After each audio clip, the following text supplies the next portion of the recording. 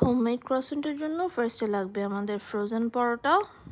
তারপর এটাকে আমি ভিডিওতে দেখানোর মতো করে কেটে নিচ্ছি, সেম শেপে ট্রায়াঙ্গেল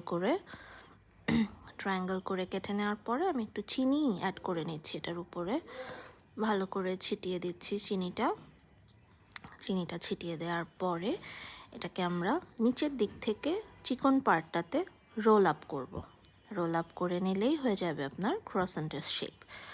আমি 3টা পরোটা দিয়ে ফার্স্টে চিনি মিক্স করে রেডি করে ট্রেতে বিছিয়ে নিলাম। তারপর আমি একটা ডিমের কুসুম অ্যাড করে নিব, কিন্তু আমি ভুলে পুরো ডিমটা ফেটিয়ে ফেলেছি, সেজন্য আমি ডিমটা পুরাটা ইউজ করে ফেলছি। ডিমেরটা পুরো সবগুলো ক্রসেন্টে ব্রাশ করে নেওয়ার পরে আমি এয়ার ফ্রায়ারে করবো আজকে। এয়ার ফ্রায়ারে 180 ডিগ্রিতে 20 মিনিটস বেক করতে দেব। নেক্সট ব্যাচটা আমি সসেজ দিয়ে করছি। আমার বাচ্চারা সসেজটা খুব পছন্দ করে। কয়েকটা সসেজ দিয়ে করেছি, কয়েকটা নিউটেলা দিয়ে করেছি।